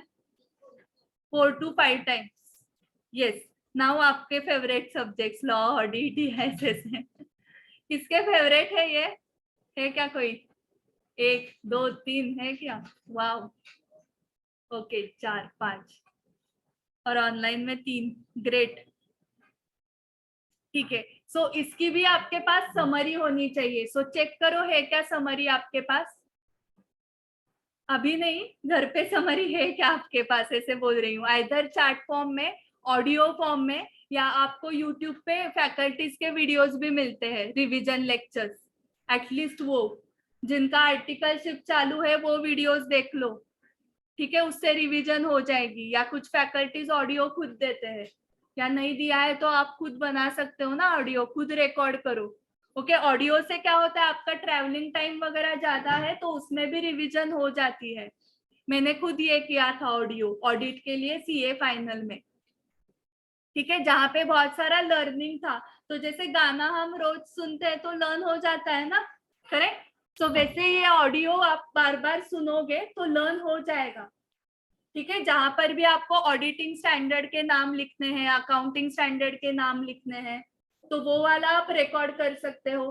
टैक्सेशन में बहुत सारे प्रोविजंस याद रखने हैं आपको, वो ऑडियो किया तो आपको, अगर किसी दिन आपको पढ़ाई का मूड नहीं है या आपकी एनर्जी नहीं है तो आप सो के भी वो ऑडियो तो सुन सकते हो ना, बुक ओपन करके नहीं पढ़ना है आपको, ठीक है, घर में फंक्शन है कुछ है तो आप ऑडियो थ्रू ये कर सकते हो। सो बहुत सारे स्टूडेंट्स के पास ऑडियो समरी रहती है, या चार्ट या नोट्स हाईलाइट करके आपने रखे तो वो, बट कुछ ना कुछ समरी फॉर्मेट में आपके पास होना ही चाहिए। अगर नहीं है तो स्टूडेंट से, फ्रेंड से ले लो, बट होना ही चाहिए ये। सेकेंड थिंग, यहाँ पे कौन सॉल्विंग प्रैक्टिस करता है देखते हैं अभी। ऑडिट या एसएसएम के क्वेश्चन आंसर्स की सॉल्विंग प्रैक्टिस कितने स्टूडेंट्स कर रहे हैं? 1 2 सो क्यों ऐसी नाइंसाफी थेरी सब्जेक्ट्स के साथ? न्यूमेरिकल के लिए तो सबने हाथ ऊपर किया। मुझे बताओ, इंस्टीट्यूट ने रीडिंग कंपटीशन रखा है क्या? ऑडिट का रीडिंग कंपटीशन है, EISSM का रीडिंग कंपटीशन है? नहीं रखा है ना? मुझे लगा रखा है, क्योंकि सारे बच्चे उसकी तैयारी में लगे हुए हैं। सब सब रीडिंग कर रहे हैं, सिर्फ रीडिंग करें। तो वहां पे रीडिंग कंपटीशन जब अनाउंस होगी ना, आप तो फर्स्ट ही आ जाओगे उसमें, क्योंकि आपने इतना रीडिंग किया है। रीडिंग करना ही नहीं है, रीडिंग कंपटीशन नहीं है। नोट्स खुद से बनाए हैं, 1 2 3 4 है, ठीक है, बट वो रिवाइज कितने बार किए हैं? 2 बार, 3 बार। सो कुछ स्टूडेंट्स का ऐसे होता है, सिर्फ नोट्स बनाते हैं, रिवाइज करते ही नहीं है, सिर्फ नोट्स बनाए। सो नोट मेकिंग की भी कंपटीशन नहीं है। जब वो होगी तब आप फर्स्ट आ जाओगे, जिन्होंने सिर्फ नोट मेकिंग करके रखा है। ऐसा आपको था ना, BCR में था ना, फाउंडेशन में note making. Okay, so note making किया है तो बहुत अच्छा है, बट उसका भी रिवीजन होना चाहिए। सो ये रीजन की वजह से आपको 30-40 का रेंज है। आपका ऑडिट, लॉ, EISSM जो 30 के 40 के रेंज में स्टूडेंट्स है, ये रीजन है उसका। आप सॉल्विंग प्रैक्टिस नहीं कर रहे हो। अगेन सोचो, आपने ऑडिट, EISSM जैसे क्वेश्चन सब्जेक्ट्स के लिए क्वेश्चन आंसर्स की अगर सॉल्विंग प्रैक्टिस की, बिना देख के आंसर लिखा, वो कंपेयर किया और वो करेक्ट आया, आपके कीवर्ड्स भी मैच हो रहे हैं, तो आपको कॉन्फिडेंस आएगा या नहीं आएगा? आएगा ना?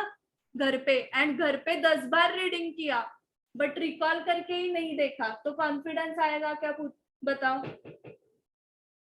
सो जैसे हम न्यूमेरिकल में क्या करते हैं, खुद से सॉल्व करते हैं, फिर कंपेयर करते हैं, तो आंसर मैच होता है, तो रिजल्ट लग गया, तभी जुलाई तक रुकने की जरूरत नहीं है। ओके, वो वेबसाइट हैंग हो रहा है वगैरह, रुकने की जरूरत नहीं है, घर पे ही डेली रिजल्ट लगेगा आपका। आंसर मैच हो रहा है तो क्या रिजल्ट है पता है, नहीं मैच हुआ तो पता है आपको। फॉर एग्जाम्पल 10 कीवर्ड्स है उस आंसर में, आपको 5 to 6 भी रिकॉल हुए तो भी चलने वाला है इंस्टीट्यूट को, ये भी पता है आपको। करेक्ट, वो 2-3 वर्ड्स रिकॉल नहीं हुए, छोड़ दो, आगे के क्वेश्चन को जाओ। ऐसे 10 out of 10 कीवर्ड्स रिकॉल होंगे क्या? बताओ।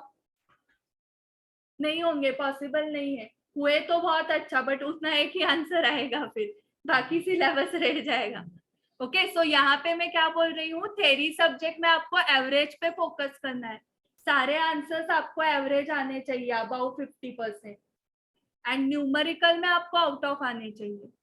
थेरी में कुछ स्टूडेंट्स का कैसे हो रहा है, कुछ सब क्वेश्चंस में 8 out of 8, कुछ क्वेश्चंस में 0 out of 8, तो वो ऑन एन एवरेज 50% ही हो रहा है। ओके, एवरेज सभी अबाउ 50 चाहिए, एंड जो आपको बहुत अच्छा आ रहा है उसमें 75-80%। ठीक है, सो यहाँ पर भी आपको क्वेश्चन आंसर्स की प्रैक्टिस करनी है। ये मुझे फाइनल के स्टूडेंट्स को भी बताना पड़ता है। आज ही मॉर्निंग में एक स्टूडेंट आई थी, उसका मैं आपको लाइव एग्जांपल अभी दे सकती हूँ। CA फाइनल ऑडिट के सब्जेक्ट में उसको, उनको भी MCQs है, पता है ना आपको, 30 मार्क्स के। आउट ऑफ 30 उसको 28 मार्क्स है MCQs में, क्योंकि रीडिंग कंपटीशन ना, बहुत रीड किया तो इतनी कंसेप्ट स्ट्रांग है, तो 28 MCQs में है, फिर भी उसकी टोटल 40 नहीं है ऑडिट में।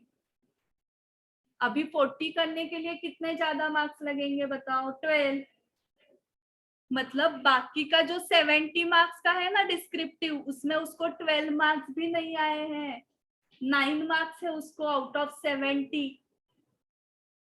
सो वो स्टूडेंट कंसेप्चुअली स्ट्रांग है, तभी तो 28 आए ना उसको आउट ऑफ 30। बट रीडिंग कभी देखा ही नहीं मैम, मैंने कभी क्वेश्चन आंसर सॉल्व किए ही नहीं, सिर्फ नोट्स रीड किए, कभी रिकॉल करके कीवर्ड्स देखे ही नहीं, या पॉइंटर्स लिख के कंपेयर किया ही नहीं कभी। सो उसको पता ही नहीं है कि वो केस स्टडी पढ़ते कैसे है, इंटरप्रेट कैसे करते हैं। उनको तो बहुत बड़े बड़े केस स्टडीज होते हैं, आपको भी लॉ में केस स्टडीज है, करेक्ट? तो वो सब की प्रैक्टिस जो मैंने 5 स्पीड अभी बताया आपको, कि क्वेश्चन रीड करके इंटरप्रेट करना, ये नोट्स रिवाइज करने से इंटरप्रिटेशन आएगा क्या? बताओ। नोट्स रिवाइज करके नहीं आने वाला है, क्वेश्चन आंसर्स करोगे तो इंटरप्रिटेशन की प्रैक्टिस होगी। एंड स्टूडेंट्स इमीडिएटली आंसर पढ़ते हैं, खुद दिमाग लगाओ ना। इसलिए मैंने आगे का पॉइंट क्या दिया है, देखो, question is equal to clients case. So आप इमेजिन करो वो केस स्टडी, मतलब आपका क्लाइंट है वो, तो आप एज अ चार्टर्ड अकाउंटेंट उसको क्या आंसर दोगे उस केस का। आपके जो केस स्टडीज है वो वैसे ही है, प्रैक्टिकली बनाए हुए हैं। अभी मार्क्स मिलेंगे, सीए होने के बाद फीस मिलेगी आपको, उतना ही फर्क है। अभी टैक्स में टोटल कंप्यूटेशन करो, अभी मार्क्स मिलेंगे, बाद में किसी का रिटर्न फाइल करके दिया तो फी मिलेगी ना, करेक्ट। तो आपको इंटरेस्ट आएगा सब्जेक्ट में अगर आपने ऐसे इमेजिन किया। तो ये भी मैंने किया था फाइनल के ऑडिट में ही। ऑडिट के जो केस स्टडीज आते थे वो बोर होता था मुझे पढ़ाई करने के लिए, तो मैं हर एक केस स्टडी के सामने ऑडिट की फीस लिखती थी कि अगर ये केस मैंने सॉल्व किया तो 50,000 ऑडिट फी मिलेगी, वो सॉल्व किया तो 1 लाख मिलेगी, मतलब उस लेवल, डिफिकल्टी लेवल देख के। तो आंसर करेक्ट आया तो मिल गए मुझे 50,000, नहीं आया तो गए 1 लाख, और क्लाइंट भी गया। ओके, सो इस हिसाब से अगर आप सोचोगे कि अभी उन्होंने केस स्टडी दिया है, तो आप खुद सोचो ना, ऐसे आपके क्लाइंट के साथ आपके क्लाइंट का केस है, तो आप एज अ सीए क्या करते वहां पे, रिकॉल करो, दिमाग लगाओ, वहां का प्रोविजंस रेफर करो। आपका स्टार्टिंग है, फॉर एग्जाम्पल आप फर्स्ट टाइम ही क्वेश्चन आंसर प्रैक्टिस कर रहे हो, तो आपको सारे प्रोविजंस लर्न नहीं है, तो आप प्रोविजन रेफर करके खुद आंसर निकालो स्टार्टिंग में।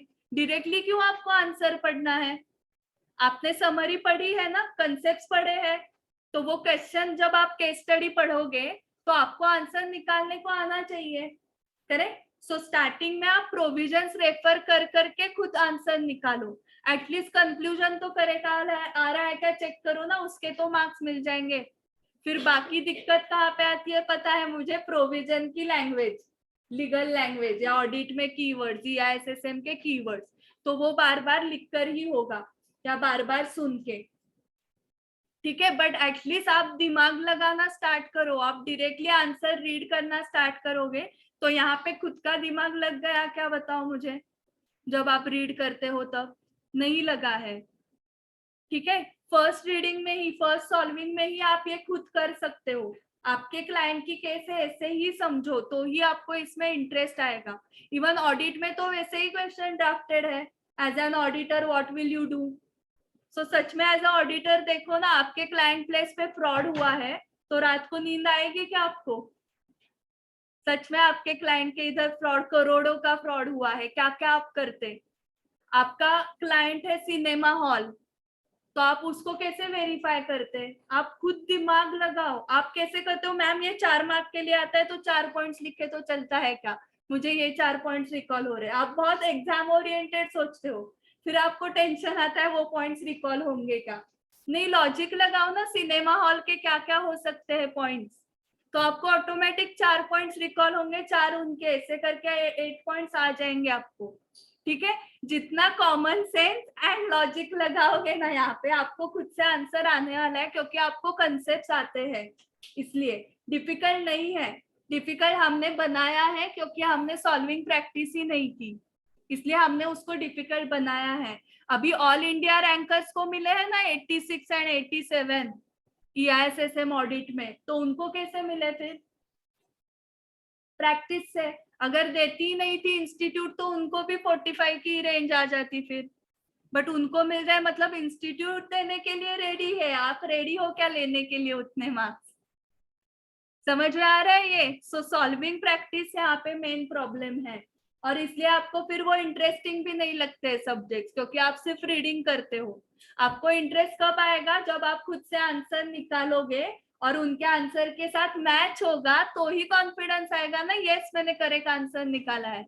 ये रीडिंग में होता ही नहीं है, तो कॉन्फिडेंस आता नहीं है, तो मजा भी नहीं आता स्टडी करने के लिए थ्योरी में। समझ में आ गया। तो न्यूमेरिकल मैम अकाउंट सॉल्व करते हैं, कॉस्टिंग सॉल्व करते हैं, उसमें मजा आता है ना, क्योंकि आप सॉल्व करते हो, मैच होते हो, मैच होता है आंसर आपको, और सॉल्व करने की इच्छा होती है।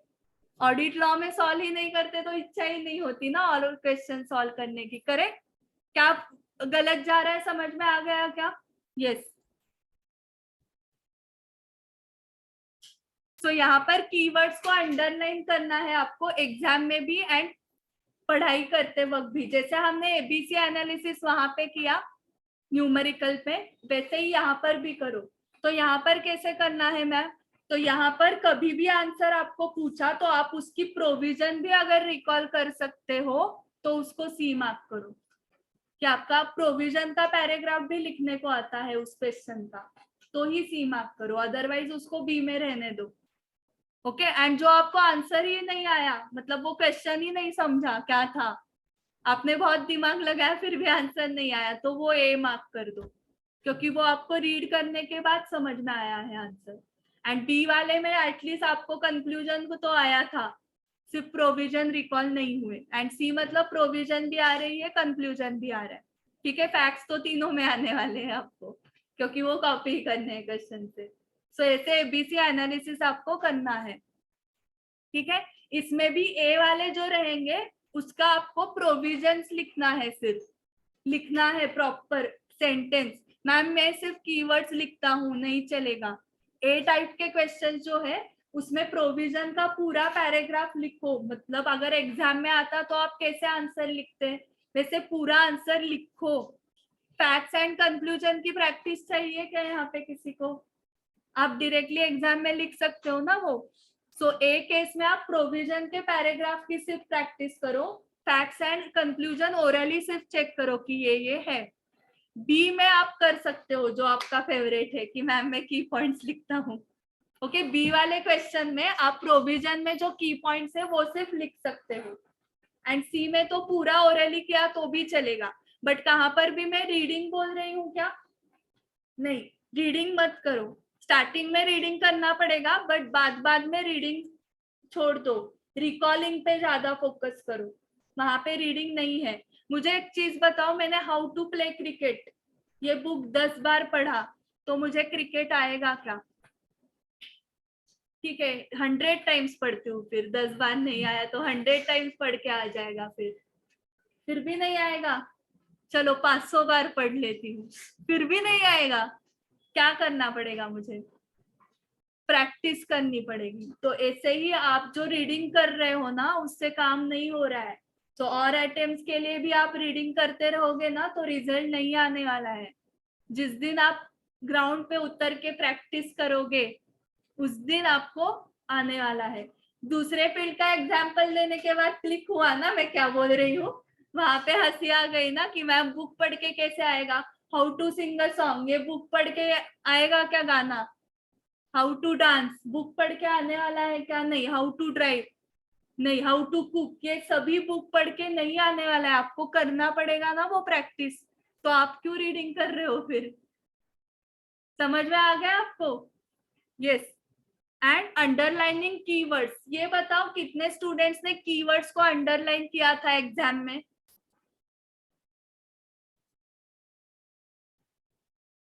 ओके 50% ऑफ द स्टूडेंट्स है, करेक्ट। आपके एक एक ग्रुप क्लियर हुए हैं क्या? मोस्ट ऑफ द स्टूडेंट्स के एक एक ग्रुप क्लियर है। ओके फिर से हाथ ऊपर करो कि आपने कीवर्ड्स भी अंडरलाइन किए थे और आपका एक ग्रुप भी क्लियर है, दोनों कंडीशन सेटिस्फाई होने चाहिए। ओके सो यहाँ पे कीवर्ड्स क्यों अंडरलाइन करने हैं? बहुत छोटी चीज है ये कीवर्ड्स अंडरलाइन करना, बट इसके पीछे का लॉजिक मैं बताती हूँ तो आपको उसका इम्पोर्टेंस कितना है पता चल जाएगा।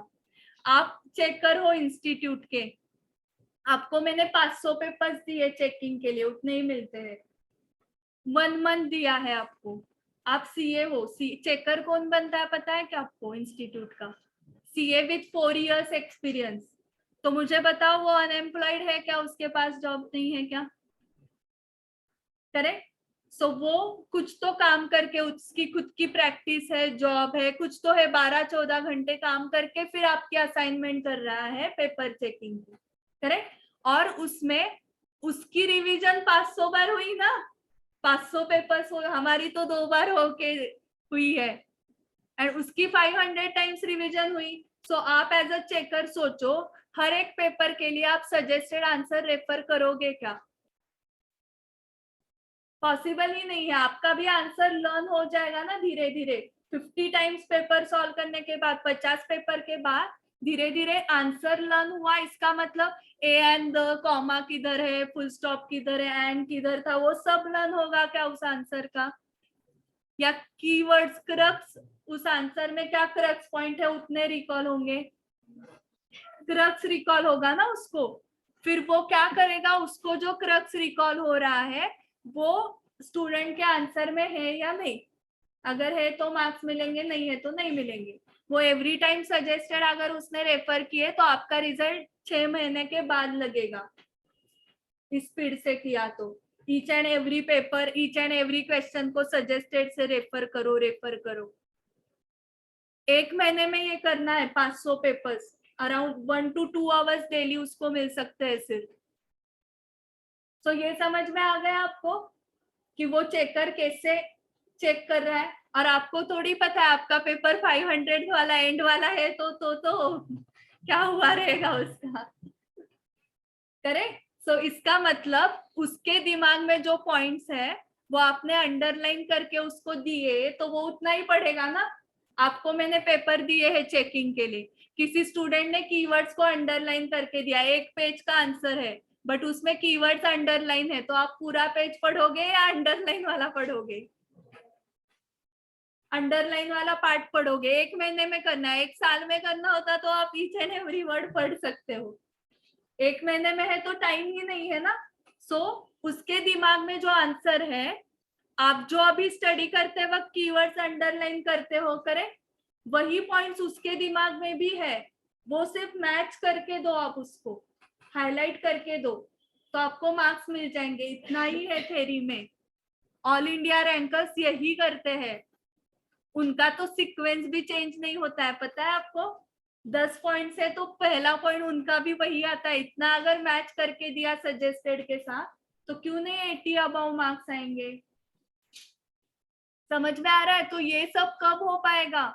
आपको ये भी पता है कि उनके जैसा आंसर लिखा तो ही मार्क्स मिलता है, ये सबको पता है, नहीं तो नहीं मिलता है। तो उनके जैसा आंसर आने के लिए क्वेश्चन आंसर्स की ही सॉल्विंग प्रैक्टिस आपको करनी पड़ेगी। एंड एमसीक्यू का मैंने पहले ही बताया, और यहाँ पे भी आप एमसीक्यू टाइमर लगा के सॉल्व करो। 30 एमसीक्यूज है, इंटू 1.7 मिनट्स कितना होता है विदाउट कैलकुलेटर?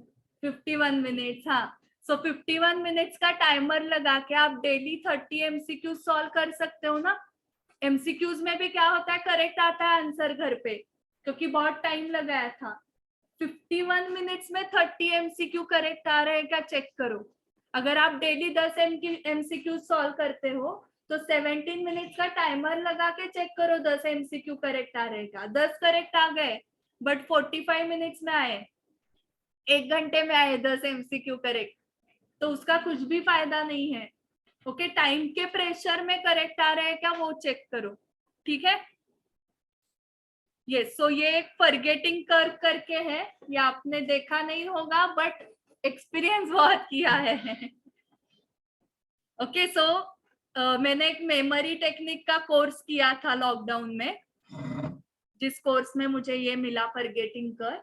सो वो मेमोरी टेक्निक का कोर्स आपके लिए ही किया था, क्योंकि सारे बच्चे मेरा दिमाग खाते थे कि मैम वो ऑडिट के कीवर्ड्स कैसे याद रखने, लॉ के कीवर्ड्स कैसे याद रखने, तो उसके लिए मुझे वो कोर्स करना पड़ा है। सो उसमें मुझे ये ग्राफ मिला। सो देखो, अगर आज हम जो पढ़ते हैं आज याद रहता है बट कल आपने वो रिवाइज नहीं किया ना, तो आपको सिर्फ 50% ही याद आ जाएगा। सो आज जो हमने पढ़ा है कल टीचर्स पूछते हैं क्लास में तो पूरा रिकॉल होता है क्या? जो उन्होंने रिवाइज करके आ गए हैं सेकेंड डे क्लास में उनको आता है आंसर, और वो रिवाइज करके नहीं आए उनको आधा अधूरा आता है आंसर, करेक्ट। आपने भी ये ऑब्जर्व किया होगा, करेक्ट। तो उसका रीजन ये है। तो इसमें अगेन हमारी मिस्टेक कोई नहीं है, हमारा ब्रेन ऐसे वर्क करता है। और वो अगर आपने 7 दिन उसको हाथ ही नहीं लगाया उस कंसेप्ट को, तो आपको सिर्फ 10% ही रिकॉल होगा उसका। तो कितने स्टूडेंट्स को लगता है ऑडिट मैम भूल गए हैं, या एसएसएम तो ऐसे लगता है कि पढ़ा है या नहीं पढ़ा है। सो इसका मतलब आपकी गैप बहुत हुई है रिविजन्स में। सो रिविजन्स में गैप नहीं रखनी है। सो आपने सुना होगा टीचर्स चिल्लाते हैं कि क्यूमुलेटिव रिवीजन करो, वीकली रिवीजन करो, चिल्लाते हैं ना सारे टीचर्स, तो इसके लिए ही चिल्लाते हैं वो। सो क्यूमुलेटिव रिवीजन मतलब वीकली रिवीजन करनी है आपको। सो संडे को आपको फ्री रखना है, मतलब टाइम पास नहीं करना है उस दिन आपको वीक में जो पढ़ा है वो रिवाइज करो, या कुछ बैकलॉग है, हमने जो डेली टारगेट में जो बैकलॉग है वो संडे को आपको कंप्लीट करना है। ठीक है, समझ में आ गया? ये इसकी वजह से ऐसे होता है। अगर बहुत सारे स्टूडेंट्स को ज्योग्राफी हिस्ट्री में अबाउ 90 है 10th में, करेक्ट, अभी कुछ ज्योग्राफी का क्वेश्चन उनको पूछा तो आएगा क्या? नहीं आएगा ना, क्योंकि रिवाइज नहीं किया था। उसके बाद 90 आए थे तब 10 बार रिवाइज करके गए थे, इसलिए 90 आ गए ऑब्वियसली, करेक्ट। आपको अभी फाउंडेशन लॉ का कुछ पूछा तो आएगा क्या? बट आप फाउंडेशन क्लियर हो, करेक्ट, बट आपको अभी मैंने 10 मिनट दिए रिवाइज करने के लिए, एंड फिर पूछा तो आ जाएगा आपको, करेक्ट। सो ये ब्रेन ऐसे वर्क करता है, इसलिए ऐसे होता है। सो हमारा कुछ फॉल्ट नहीं है, तो ब्रेन ऐसे वर्क करता है ये हमें पता है, तो हमें क्या करना चाहिए? Daily revision. इसलिए मैंने क्या बोला, थ्योरी सब्जेक्ट्स आपको डेली करने हैं। तो उसमें आप क्या करोगे? कल पढ़ा हुआ रिवाइज करोगे, ठीक है, 10-15 मिनट में, एंड देन नेक्स्ट कंसेप्ट आप लोगे। तो उसका भी मैंने आपको टाइम टेबल लगा के दिया है। आपको 3-4 घंटे अगर आप एक साथ पढ़ाई नहीं कर सकते हो थ्योरी सब्जेक्ट्स की, कि 3-4 घंटे नहीं बैठा जाता है कंटिन्यूअसली, बट थ्योरिकल तो करना ही है, करेक्ट। अभी कुछ स्टूडेंट यहाँ पे ही थे ना, एफएमई को एंड एडवांस अकाउंट्स एग्जाम थे। अभी ये बच्चा क्या करेगा? उसको ऑडिट एंड ईआईएस दो ही पढ़ना है, तो वो तो कॉम्बिनेशन नहीं कर सकता ना, एक न्यूमेरिकल लेता हूँ एंड एक थ्योरी। सो एडवांस अकाउंट्स में एग्जामिनेशन है, तो वो कॉम्बिनेशन करने के लिए लेगा क्या एडवांस अकाउंट? नहीं, तो उसको दिन भर अभी ऑडिट एंड ईआईएस ही करना है, करेक्ट। सो वो ज्यादा डेंजरस है। तो अभी उस केस में क्या करना चाहिए? देखो, 1-1 घंटे का स्लॉट बना सकते हो आप। 1 घंटा तो पढ़ाई के लिए बैठना पड़ेगा, उससे कम स्लॉट नहीं हो सकता है। 1 घंटा कंटिन्यूअस एक जगह पे बैठना पड़ेगा आपको। सो फर्स्ट 20 मिनट्स में आप क्या करोगे? नए कंसेप्ट पढ़ो, मॉर्निंग में नए कंसेप्ट पढ़ो। देन नेक्स्ट 10 मिनट्स रिवाइज करो, जो कल पढ़ा था वो 10 मिनट्स रिवाइज करो, एंड अगेन नेक्स्ट 20 मिनट्स आप नया पढ़ो, क्योंकि 20 मिनट्स से हमारा ब्रेन क्या कर सकता है? कंसंट्रेशन कर सकता है।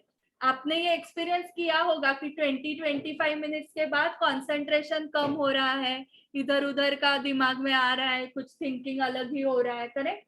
सो ऐसे जब होने लगता है तब आप रिवीजन करोगे, एंड अगेन नेक्स्ट 20 मिनट्स में आप नए कंसेप्ट पढ़ोगे। सो ये कितने मिनट्स हुए? 50, एंड 10 मिनट्स ब्रेक लो। ब्रेक मतलब जहाँ पे बुक्स है उस रूम से बाहर जाओ, घूमकर आ जाओ, रिलैक्सेशन करो, मेडिटेशन करो। डायरेक्टली इंस्टाग्राम नहीं ओपन करना है 10 मिनट्स ब्रेक मतलब, ओके। स्टूडेंट तो क्लास में भी कब क्लास खत्म होता है एंड इंस्टाग्राम कब ओपन करते ऐसे होता है उनको। सो वो अभी कुछ नहीं करना है, वो सब एग्जाम के बाद, ठीक है। आपको मार्कशीट आपकी डालनी है ना इंस्टाग्राम पे, हाँ, तो अभी इंस्टाग्राम मत यूज करो, ठीक है। वो मैं के बाद सब आपको फॉलोअर्स बढ़ाने हैं आपके, आपको दूसरों को फॉलो करना है, क्या करना है? आपके बढ़ाने हैं ना, हाँ। तो अभी वो कुछ मत यूज करो। अभी राजा राम ने व्हाट्सएप अनइंस्टॉल कर दिया है ना, great, okay. So Instagram uninstall कर सकते हो तो कर दो, कुछ नहीं होता है, ठीक है। सो सोशल मीडिया पे कितना टाइम जाता है? ऐसे लगता है, फ्रैंकली हाथ ऊपर करो कि बहुत टाइम सोशल मीडिया पे जा रहा है। किसी को लग रहा है तो सच में बंद करो, नहीं तो डेली टारगेट रखो। कितने टॉपिक्स कंप्लीट होने के बाद ही इस टाइम में ही आपको व्हाट्सएप देखना है, इस टाइम में ही इंस्टाग्राम देखना है, उसका भी एक टाइम लगा दो। नहीं तो कभी भी कुछ भी आप ओपन करते हो यूट्यूब, मोटिवेशनल वीडियो तो क्या, एक देखा और मोटिवेशन और एक देखा, सो वो 2 घंटा आप मोटिवेटेड रहते हो। यूट्यूब बंद होने के बाद फिर से नॉर्मल, ओके। उससे कुछ नहीं होता है मोटिवेशनल वीडियो से, ओके। सिर्फ नेक्स्ट वीडियो उतना ही चलता है, बाकी कुछ नहीं होता है, ठीक है। समझ में आ गया आपको? सो ये करना है आपको। 50 मिनट्स के बाद 10 मिनट्स का ब्रेक लेके फिर से 1 घंटा, अगेन 10 मिनट्स का ब्रेक। तो ऐसे करते करते 4 घंटे भी आप आराम से बैठ सकते हो ना, करेक्ट। बट मैंने अगर बोला 4 घंटे कंटिन्यूअसली ऑडिट पढ़ो, उठना ही नहीं है, तो डिफिकल्ट है, करेक्ट। बट ऐसे 10-10 मिनट का ब्रेक लेके हम 4 घंटे भी आराम से फिर कर सकते हैं। ठीक है, समझ में आ गया? यस। सो मेरे साइड से मैंने सारे पॉइंट्स बता दिए हैं। अभी किसी को कुछ डाउट्स है तो पूछो, जिसको इंडिविजुअली मिलना है वो केबिन में आ जाओ। ओके, अभी क्लियर है सारे पॉइंट्स? यस। ऑनलाइन स्टूडेंट्स, आपको भी अगर कुछ इंडिविजुअली पूछना है, ग्रेट। मानसी ने ऑलरेडी अनइंस्टॉल कर दिया है Instagram, very good Mansi. Group 1 में मानसी लॉ डेली करना है। ओके, आपके जो पर्सनली डाउट्स होंगे ना, यहाँ पे मैंने जो कांटेक्ट नंबर दिया है फर्स्ट वाला, उस पे कांटेक्ट करो, ठीक है। अभी मैं जूम मीटिंग बंद कर रही हूँ, क्योंकि यहाँ पर भी क्लासरूम में बहुत सारे स्टूडेंट्स बैठे हुए हैं। ओके, आप मुझे मंडे को कॉल करो।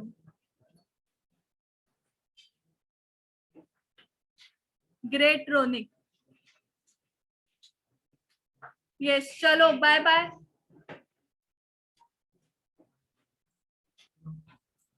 Yes, welcome Ajay.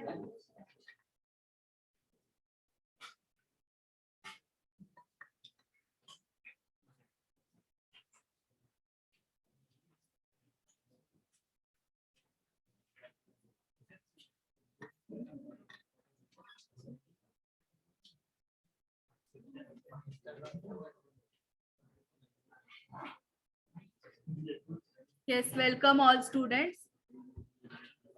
Yes, so अभी क्लासरूम में जो बैठे हैं, उन जिनको इंडिविजुअली मेरे साथ बात करनी है वो रुको, जिनको कुछ भी डाउट नहीं है वो घर गए तो भी चलेगा। और अभी आपको टाइम नहीं है तो मैम से अपॉइंटमेंट लो और बाद में भी आप आ सकते हो, ओके, मंडे के बाद।